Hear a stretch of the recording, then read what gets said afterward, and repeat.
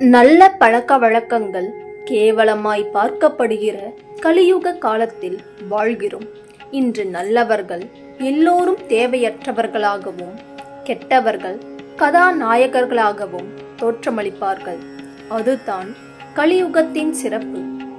செய்வது துணிந்து செய். அடுத்தவன் உனக்காக உன் வாழ்க்கையை வாழப் போவதும் இல்லை. உனக்கு கஷ்டம் வரும்போது அடுத்தவன் வந்து உதவ போவதும் இல்லை. பிறகு ஏன் அடுத்தவன் என்ன நினைப்பான் என்று யோசிக்கிறாய்? சிந்தித்து செயலாற்றுங்கள்.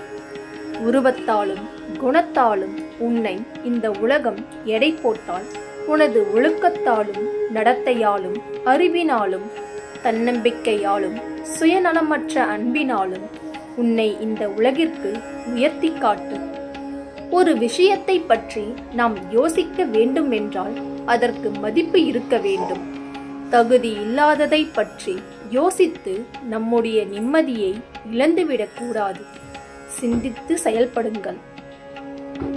அதிகமான கஷ்டங்களையும் நஷ்டங்களையும் அடைந்த பிறகுதான் மனிதன் அதிகமான அடக்கத்தையும் அறிவையும் பெறுகிறான். கஷ்டம் வந்தால் கலங்காதே, துணிந்து நில். இந்த நிலையும் மாறும். சிந்தித்து செயலாற்றுங்கள். உன்னை பற்றிய உன் எண்ணமே நீ யார் என்பதை உலகிற்கு காட்டும். உன்னை பற்றி உயர்வாகவே நினை. உனக்குள் இருக்கும் உன்னை நம்பு. உன்னால் முடியாதது எதுவும் இல்லை. தன்னம்பிக்கையுடன் நடைபோடு. சிந்தித்து செயல்படு. பார்த்து திருந்தும் வாய்ப்பு வரும்போதே திருந்தி விடுங்கள். பட்டு திருந்தும் வாய்ப்பு வரும்போது அதனுடன் வரும் வலியும் அதிகம், இழப்பும் அதிகம். சிந்தித்து செயல்படுங்கள். வாழ்க்கை எனும் ரதத்தை நாம் செலுத்தும் போது வேகத்தை குறைக்கவே சிலர் வேகத்தடையாக பாதையின் குறுக்கே வருவார்கள்.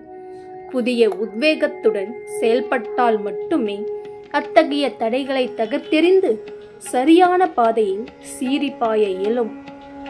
ஒவ்வொரு நாளிலும் நீங்கள் கொண்டாட்டமாக இருப்பது என்பதே நீங்கள் கற்க வேண்டிய முதல் பாடம். அந்த பாடத்தை வெளியில் தேடினால் கற்க முடியாது. உனக்குள்ளே தேடினால் கற்றுக்கொள்ளலாம். சிந்தித்து செயலாற்றுங்கள். பூக்கள் நாம் யார் கழுத்துக்கு மாலை ஆக போகிறோம் என்று யோசித்து பூப்பதில்லை. பூப்பது அதன் வேலை. அதுபோல உன் வேலையை நீ செய்.